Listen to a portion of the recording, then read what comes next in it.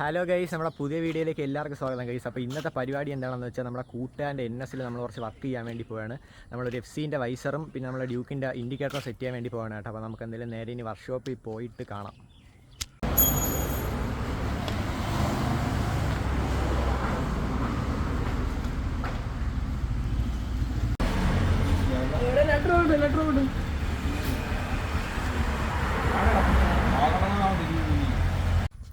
Guys, അപ്പോൾ നമ്മളെ വണ്ടീൻ്റെ വർക്ക് കഴിഞ്ഞ് നമ്മൾ തിരിച്ചെത്തിയിട്ടുണ്ട്. അപ്പോൾ നമ്മുടെ വണ്ടിയിൽ എന്തൊക്കെയാണ് ചെയ്തത് ഞാൻ നിങ്ങൾക്ക് ജസ്റ്റ് ഒന്ന് കാണിച്ചു തരാം.